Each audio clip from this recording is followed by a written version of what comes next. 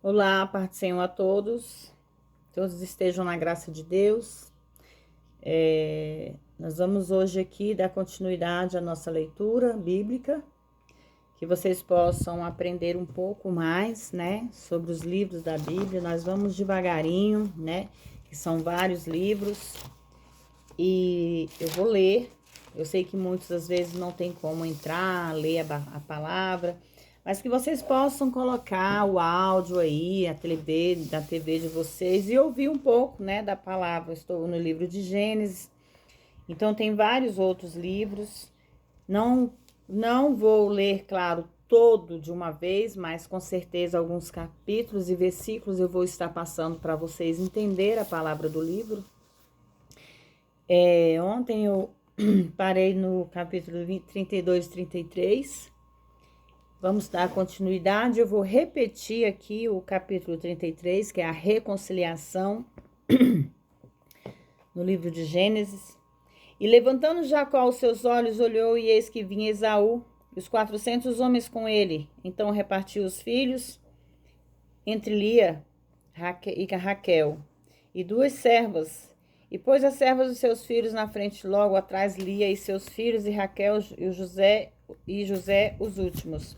E ele passou diante deles e se inclinou à terra 7 vezes, até que chegou ao seu irmão.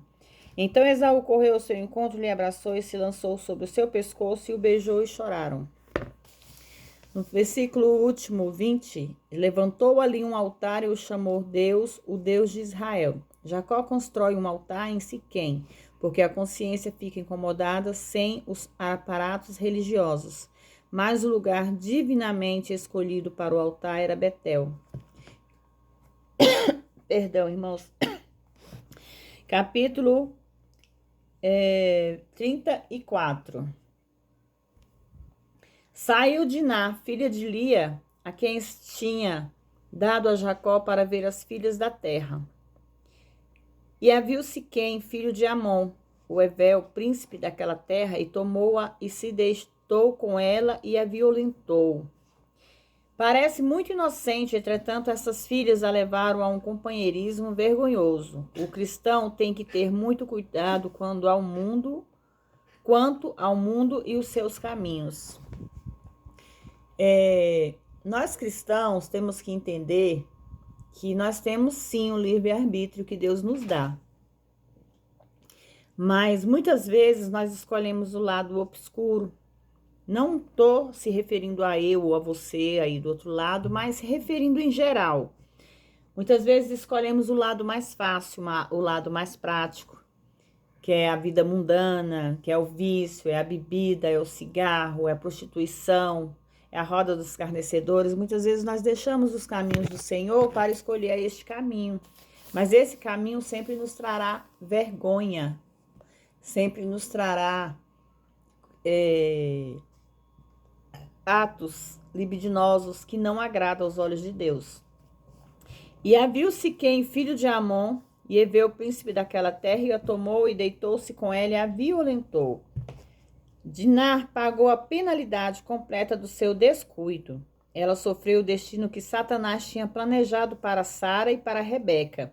Na terra de Faraó, o Abimeleque, Diná foi vista e tomada à força pelo filho de um príncipe, ao que parece contra sua vontade, a despeito das afirmações de afeto do seu amante.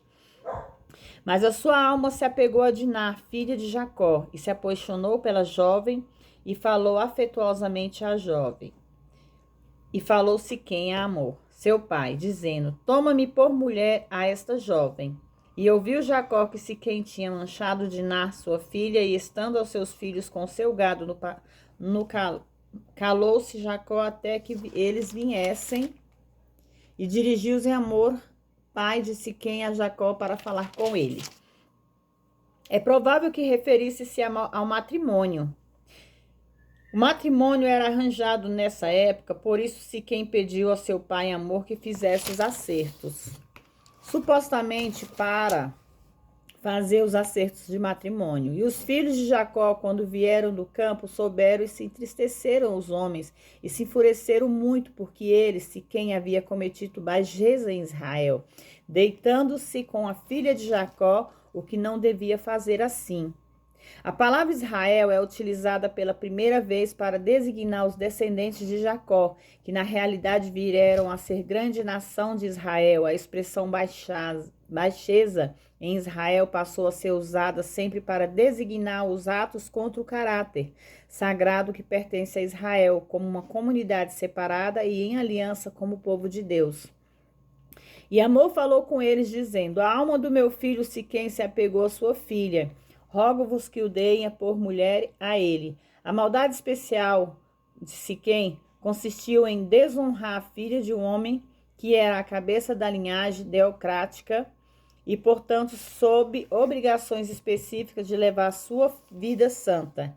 E aparentai-vos conosco, nos dei as vossas filhas e tomai para vós as nossas.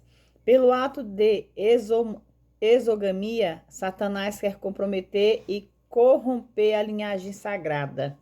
Porque, irmãos, irmãs, Satanás é assim. Quando ele vê algo que está sendo bem feito, está sendo indo a caminho reto aos olhos de Deus, ele vai lá e tenta desviar as bênçãos recebidas.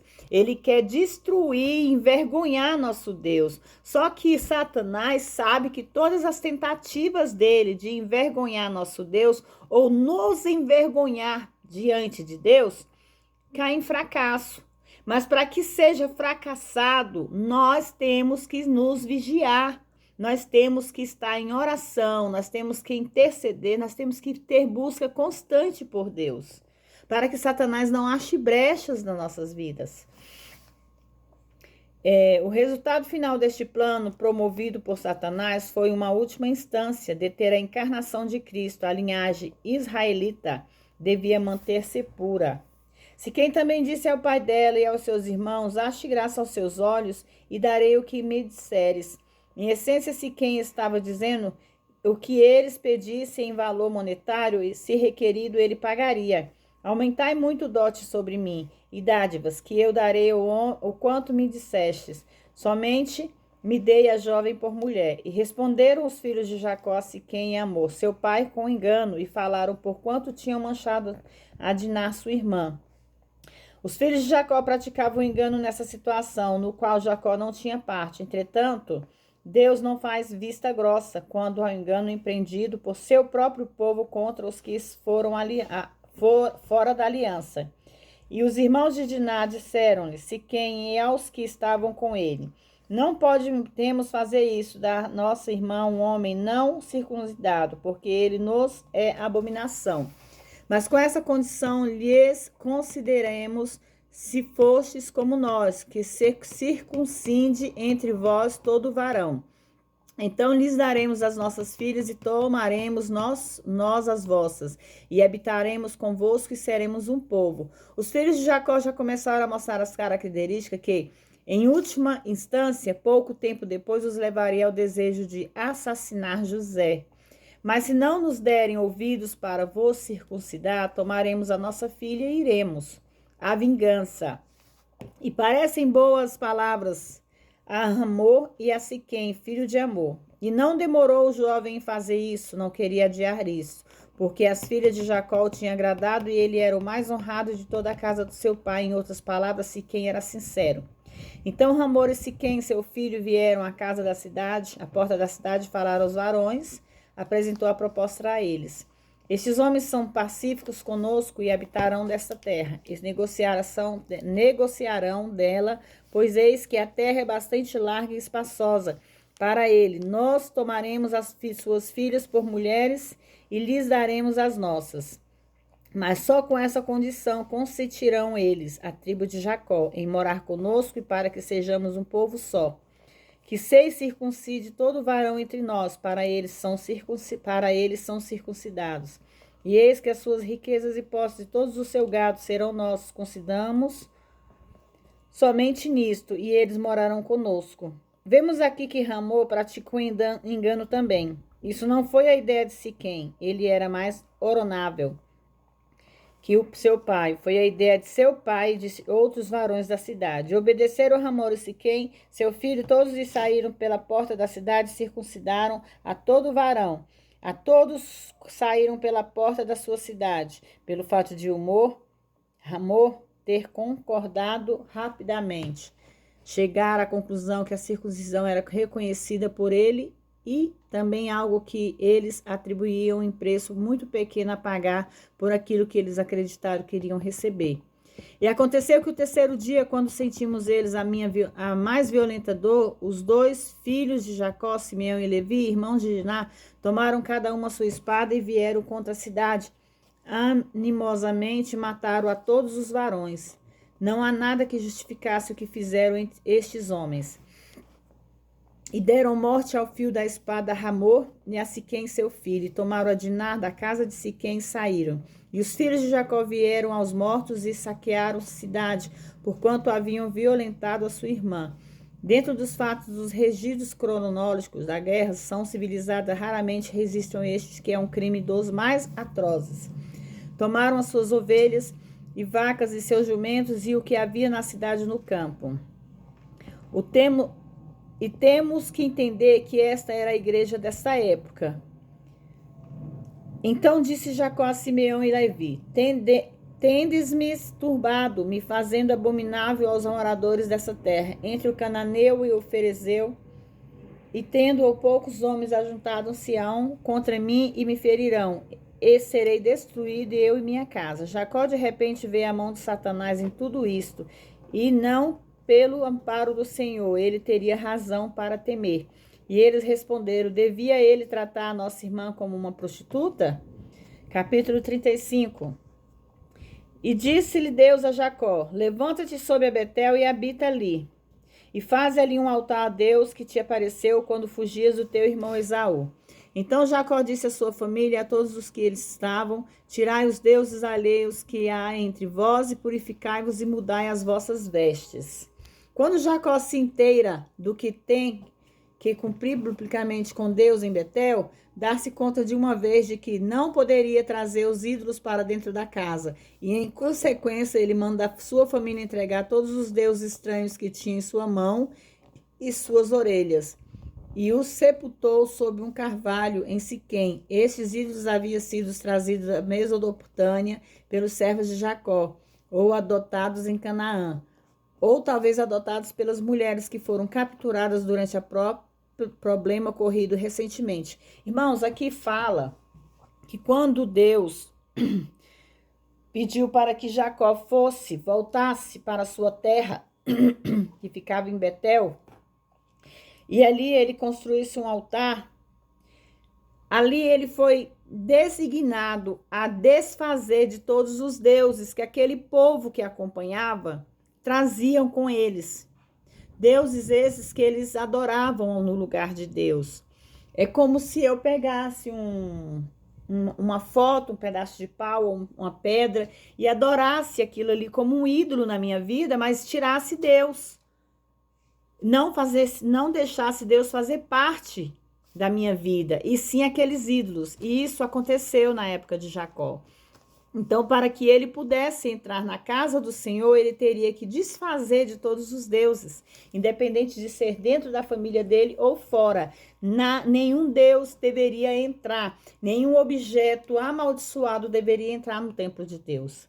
E nos levantemos e subamos a Betel. Agora, por fim, Jacó sobe a Betel. Física e moralmente, sem dúvida, foi uma exceção, mas quão lento ele tinha sido durante os últimos 10 anos para obedecer a este mandato. Jacó demorou a obedecer à voz de Deus.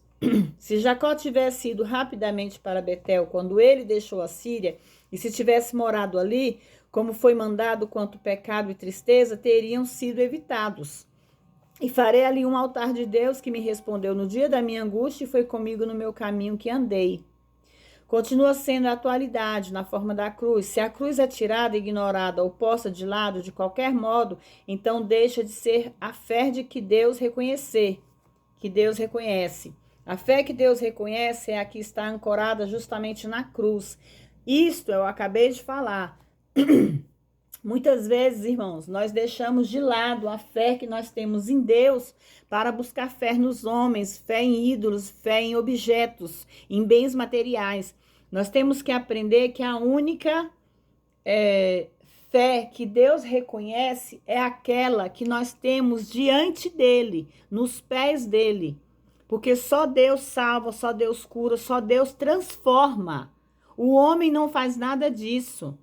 Porque Deus é o médico dos médicos, Deus é o advogado dos advogados, ele é tudo, no lugar de tudo que existe na terra. Então nós temos que confiar somente em Deus, amém?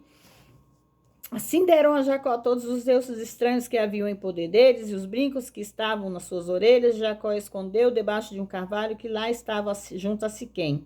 E partiram o terror de Deus foi sobre as cidades que havia em seus arredores, e não seguiram após os filhos de Jacó. E chegou Jacó à luz que estava na terra que Canaã, que é Betel, ele e todo o povo que com ele estava. Edificou ali um altar chamou o lugar de Betel, Deus, a casa, o Deus da casa de Deus. Portanto, ali tinha-lhe aparecido Deus quando fugia de seu irmão.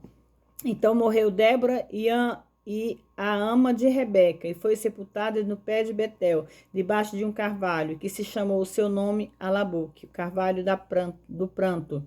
Rebeca era a mãe de Jacó. Sem dúvida, ela estava muito perto de Débora, que foi uma serva de sua mãe durante muitos anos. Ela sentia saudades enormes. E apareceu Deus outra vez a Jacó quando havia retornado a Padan-Arã e o abençoou. E lhe disse Deus: o teu nome é Jacó, não se chamará mais o teu nome Jacó, mas Israel será o teu nome. E ele chamou o seu nome Israel. A confirmação do nome dado a Jacó há uns anos atrás em Peniel foi feita possivelmente porque o patriarca temia que ele tivesse invalidado a bênção. Mas os dons, as chamadas de Deus, são dados sem arrependimento. E Deus ainda lhe disse: mas eu sou o Deus Todo-Poderoso, frutifique e multiplicar-te. Uma nação, sim, um conjunto de nações procederá, e reis sairão dos seus lombos, e a terra que eu dei a Abraão e Isaque darei a ti, a sua descendência depois de ti darei a terra. Satanás tem lutado contra isso desde naquele tempo até agora, irmãos. Os últimos de uma longa linha de opositores são os palestinos. Entretanto, que todos saibam que o Deus diz que vai acontecer, acontecerá. Na era do reino vindouro, Israel possuirá tudo o que Deus prometeu, totalmente. E Deus se foi dele do lugar onde com ele tinha falado. E Jacó erigiu uma coluna no lugar onde tinha falado com ele, uma coluna de pedra, um tipo de Cristo, e derramou sobre ele uma oferta de libação, a primeira menção de uma oferta de libação nas Escrituras, e jogou azeite sobre ela, e chamou Jacó o nome daquele lugar onde Deus tinha falado com ele de Betel, casa de Deus. Benjamim. E partiram de Betel, e haviam ainda um pequeno espaço a caminho para chegar a Efratá, quando deu à luz Raquel e houve trabalho em seu parto. E aconteceu que, quando estava no mais trabalhoso do parto, disse-lhe a parteira: não temas, porque também terás este filho. E quando a tua alma partia, pois morreu, chamou o seu nome de Benoni, mas seu pai o chamou de Benjamim. A natureza das dores o chama Benomim, que quer dizer filho das minhas dores. A fé o chama Benjamim, que quer dizer filho da minha mão direita. O quadro profético demonstra que ele primeiro seria o varão das dores e depois o varão da mão direita de Deus. Assim morreu Raquel e foi sepultada no caminho Efratá, que é Belém. E Jacó pôs uma coluna sobre a sua sepultura, esta é a coluna da sepultura de Raquel até o dia de hoje. Então partiu Israel. E estendeu a sua tenda além de Midgal, Eder. E aconteceu que, enquanto Israel morava naquela terra, foi Rubim que deixou-se que com Bila, a concubina do seu pai. O que chegou a saber Israel, e os filhos de Jacó eram 12. Rubem se deitou com a concubina de seu pai, irmãos. Com este pecado, Rubem, o primogênito que invalidou a primogenitura, Jesus não nasceria dessa linhagem, e sim da tribo de Judá. Os filhos de Lia, o primogênito de Jacó, Simeão, Levi, do Judá, Zebulon. Os filhos de Raquel, José, Benjamim, e os filhos de Bila, serva de Raquel, Dan e Naphtali. E os filhos de Zilpa, serva da Lia, Gad, Azer, estes foram os filhos de Jacó que lhes nasceram em Padarã.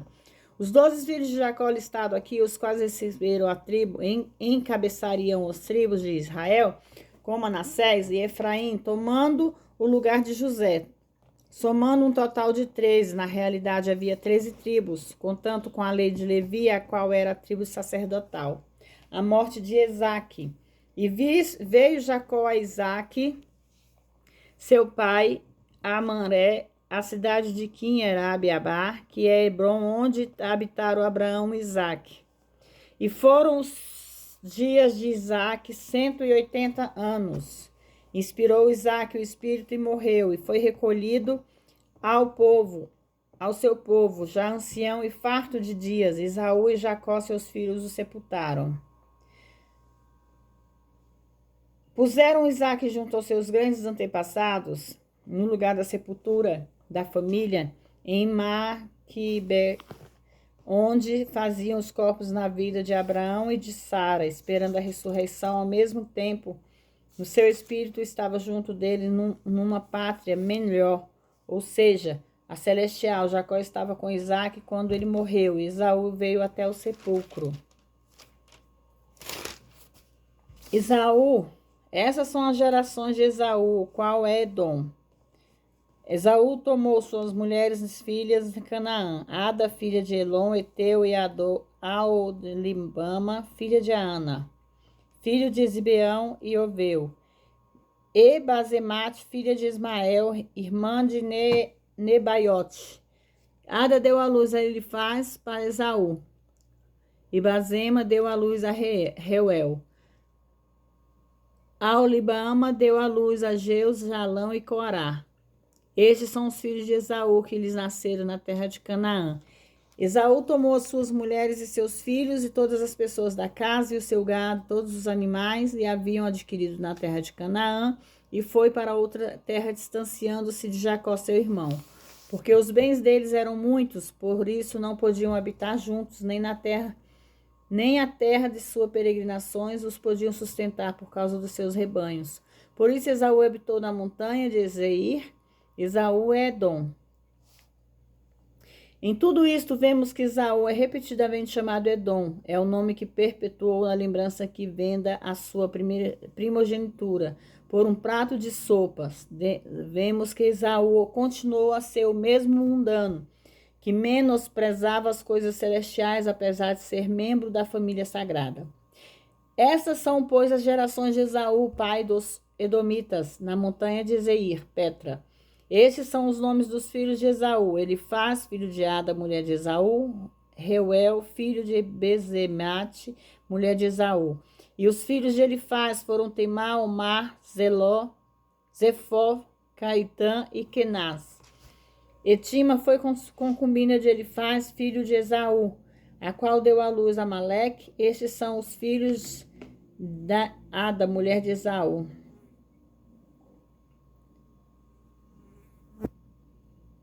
E os filhos de Reuel foram Naete, Será, Samá e Mizá. Esses eram os filhos de Bazemá, mulher de Esaú.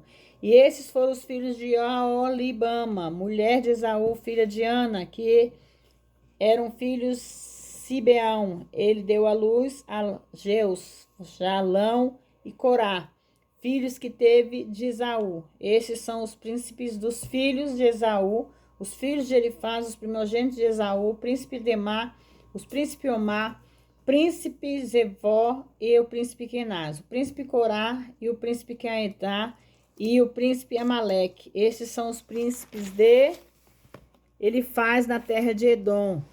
Estes foram os filhos de Ada. E estes são os filhos de Reuel, filhos de Esaú, o príncipe Naate, os príncipe Será, o príncipe Samá, o príncipe Missá. Esses são os príncipes da linhagem de Reuel, na terra de Edom. Estes são os filhos de Basemate, mulher de Esaú. E estes são os filhos de Aulibama, mulher de Esaú, príncipe Geus, príncipe Chamalão, príncipe Corá. Estes foram os príncipes que saíram de Aulibama, mulher de Esaú, filha de Aná. Estes são os filhos de Esaú, e estes são os seus príncipes, ele é Edom. Estes são os filhos de Zeir, na terra de Edom.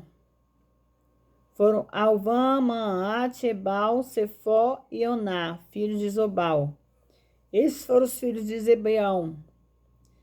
Ana é o que encontrou as fontes demais no deserto, termais no deserto, quando apacentava os jumentos de Zibeão, seu pai. E os filhos de Ana foram Dizon e Aolim, Bama, a filha de Aná.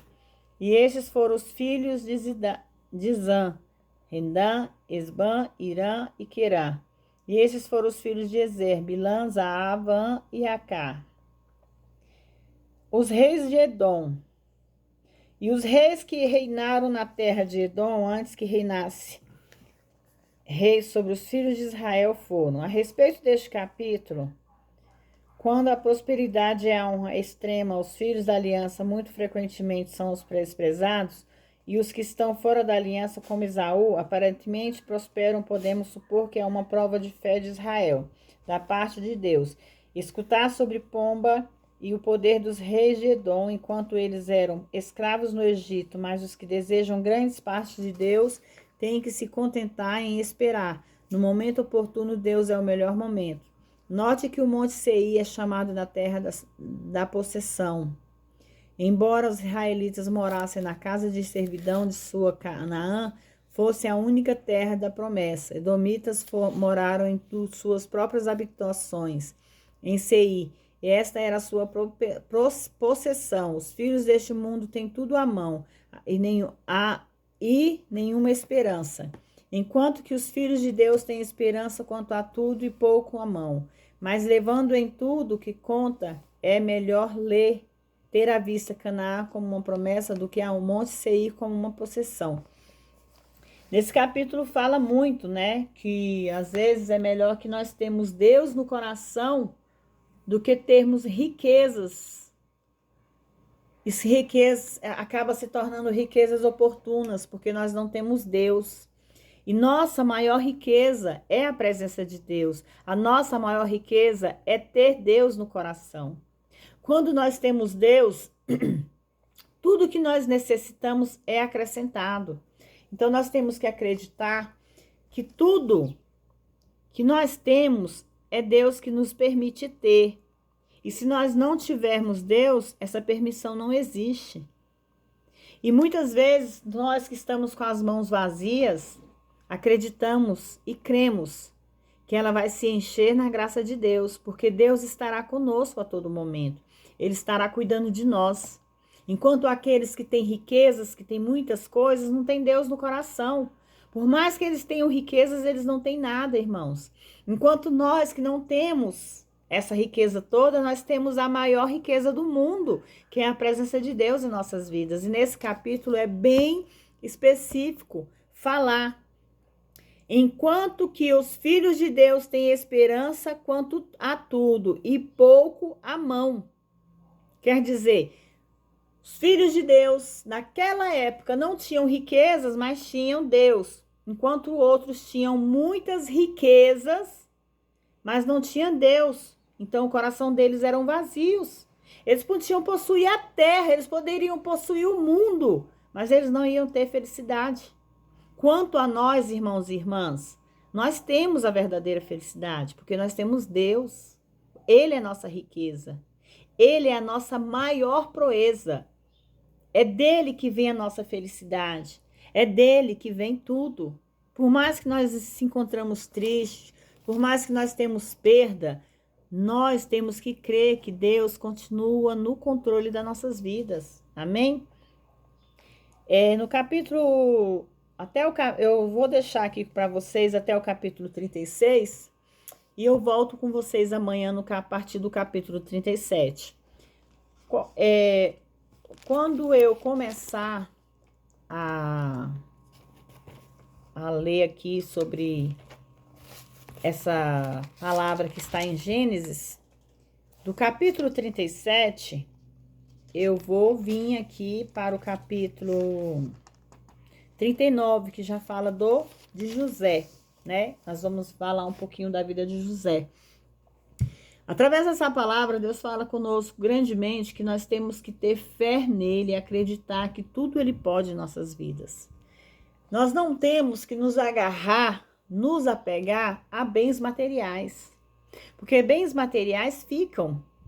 Deus não quer Deus não quer nem nosso corpo, para você ter uma ideia. Deus quer a nossa alma, Deus quer o nosso espírito.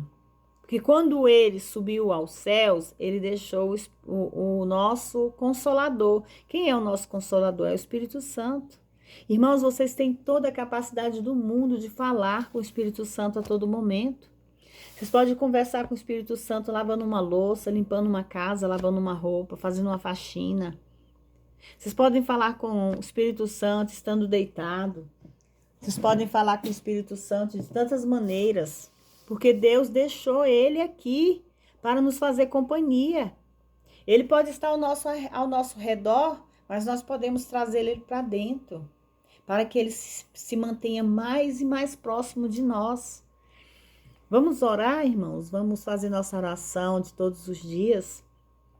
Vamos interceder pelas vidas, pelas almas que necessitam de uma salvação, que necessitam de ouvir a palavra de Deus.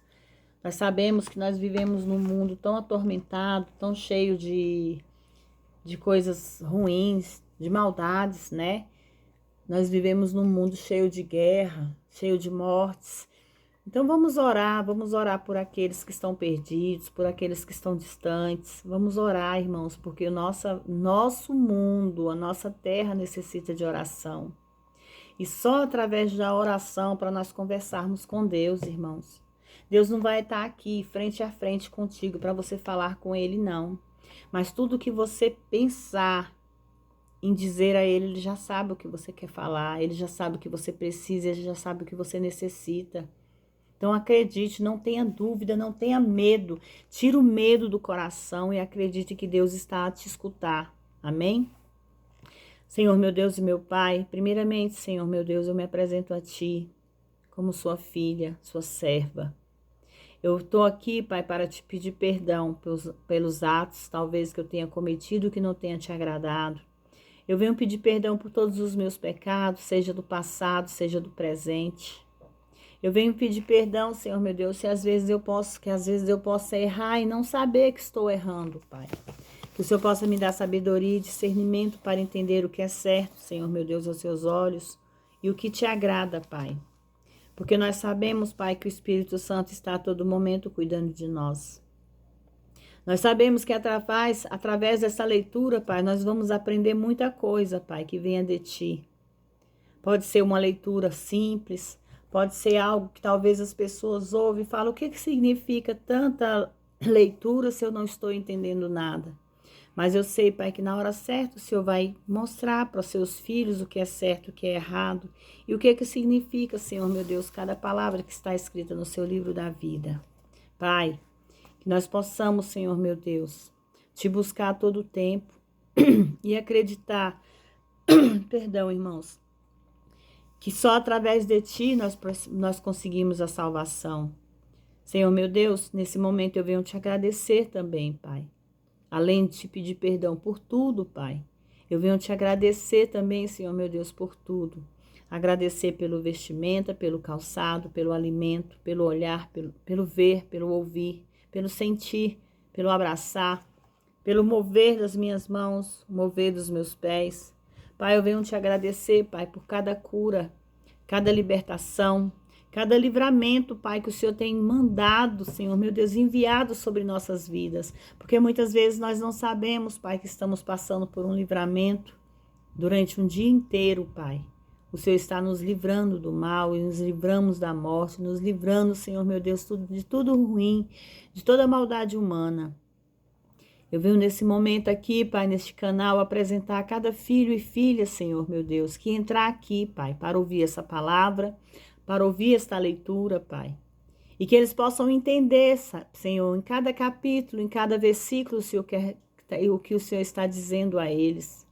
Porque desde os tempos passados, Pai, que o pecado existe. Mas cabe a nós termos o livre-arbítrio, Senhor meu Deus, de fazer o bem, de fazer o certo, de seguir o caminho certo, Pai. Pai querido, que o Senhor possa entrar na casa dos teus filhos, Pai, levando providência, Pai.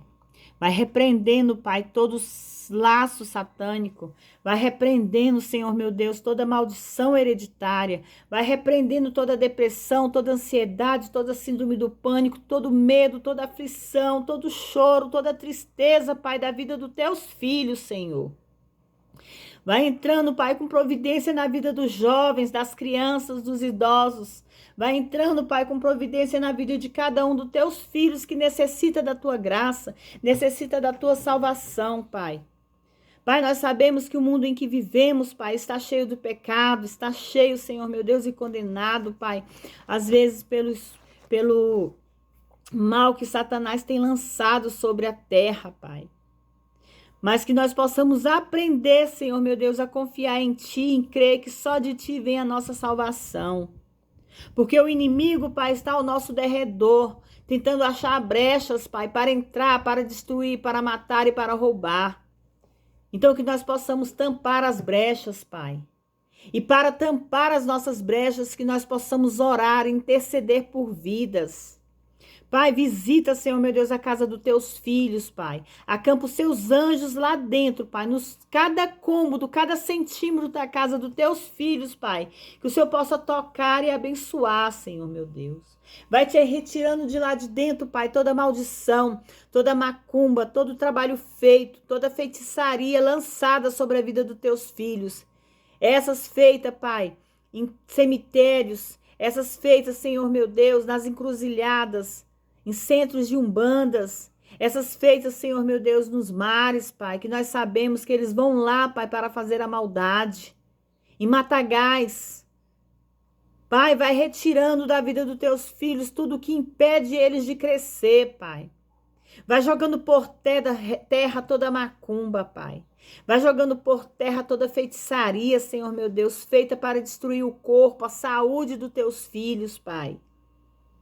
Vai purificando a alma deles, vai purificando o corpo deles, Pai.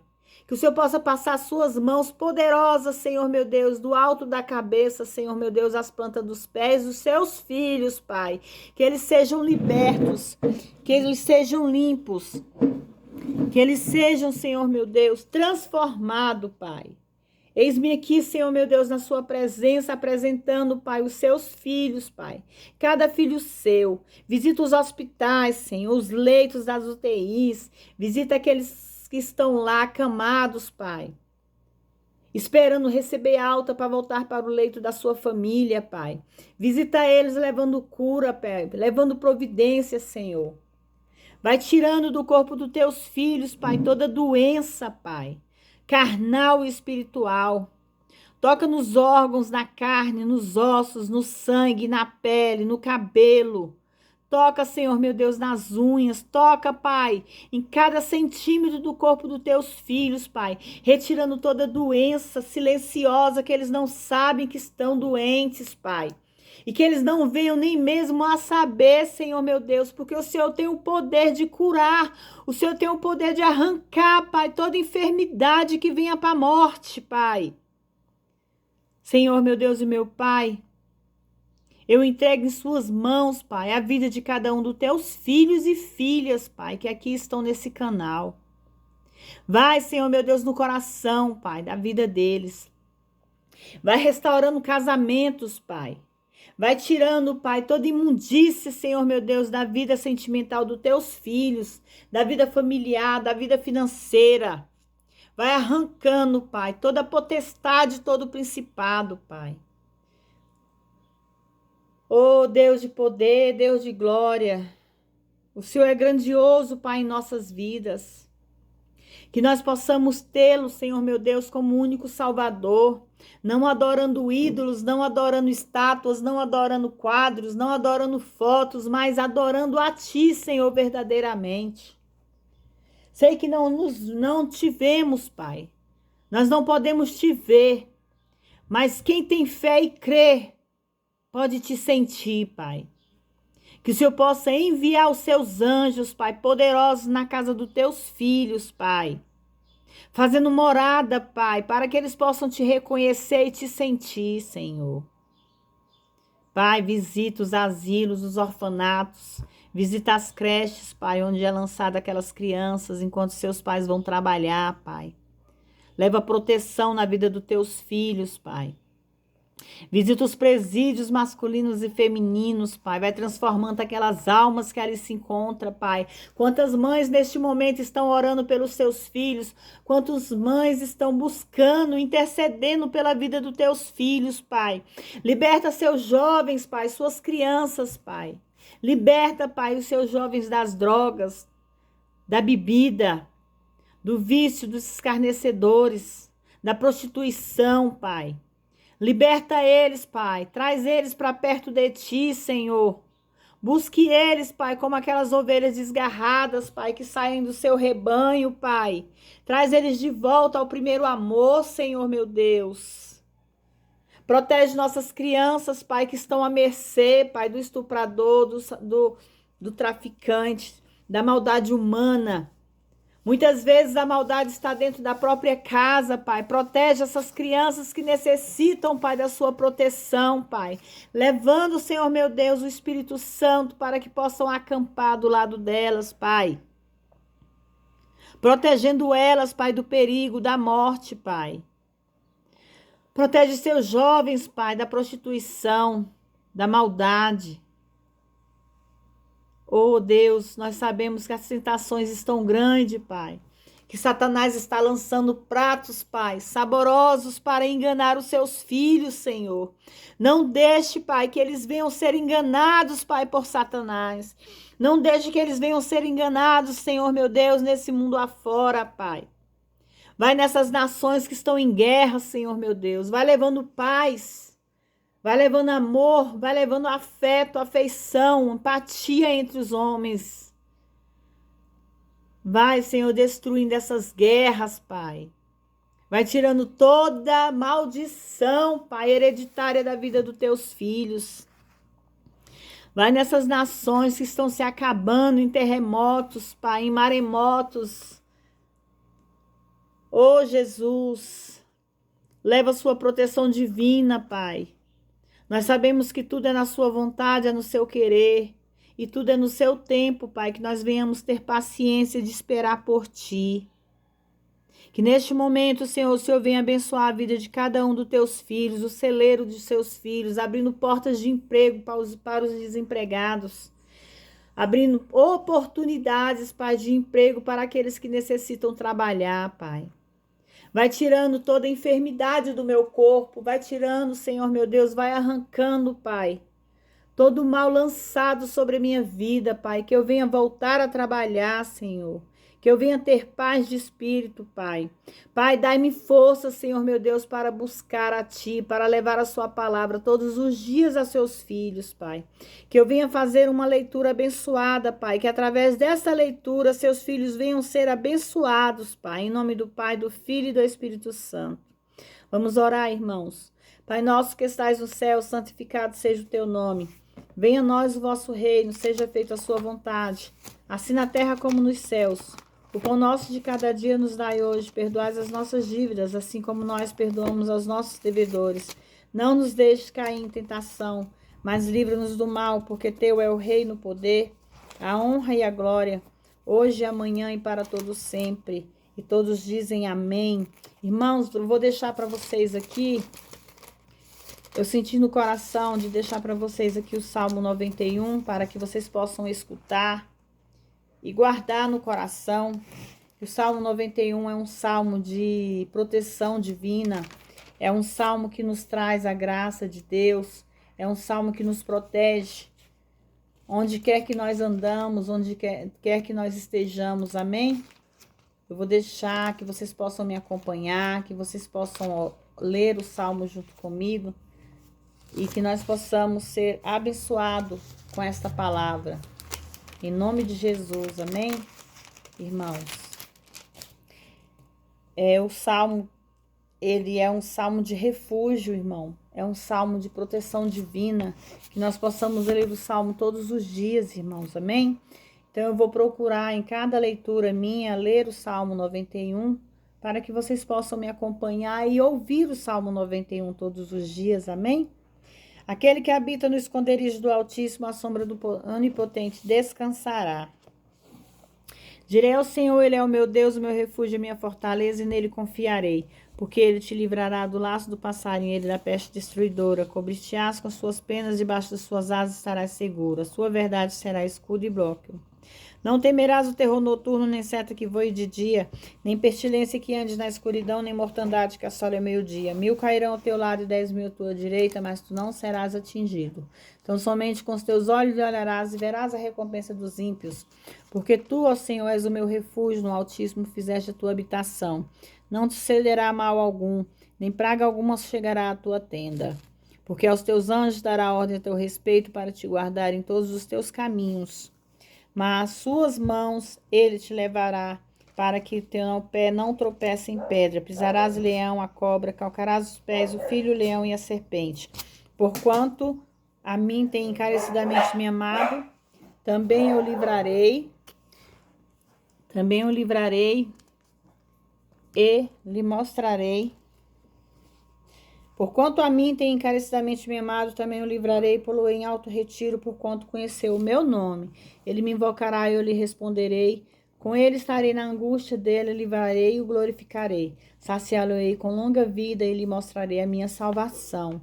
Amém? Isso se refere a Cristo e mais ainda, refere-se ao homem que confia em Cristo e colhe os benefícios do que Deus fez ao nosso favor no Calvário. Que nós possamos ser gratos a Deus por tudo que Deus tem feito em nossas vidas. Só o fato de Deus ter entregado seu único filho, unigênito, para sofrer naquela cruz, para morrer e padecer naquela cruz pelos nossos pecados, nós já temos que ser gratos por Deus e agradecer a Deus pela vida todos os dias. Amém? Aprendam que nós temos que pedir perdão hoje, abraçar hoje, amar hoje, porque o amanhã só pertence a Deus e o passado não volta mais. Então, nós temos que aprender a nos perdoar primeiro, para que nós possamos perdoar o próximo. Fiquem todos na paz do Senhor, amém?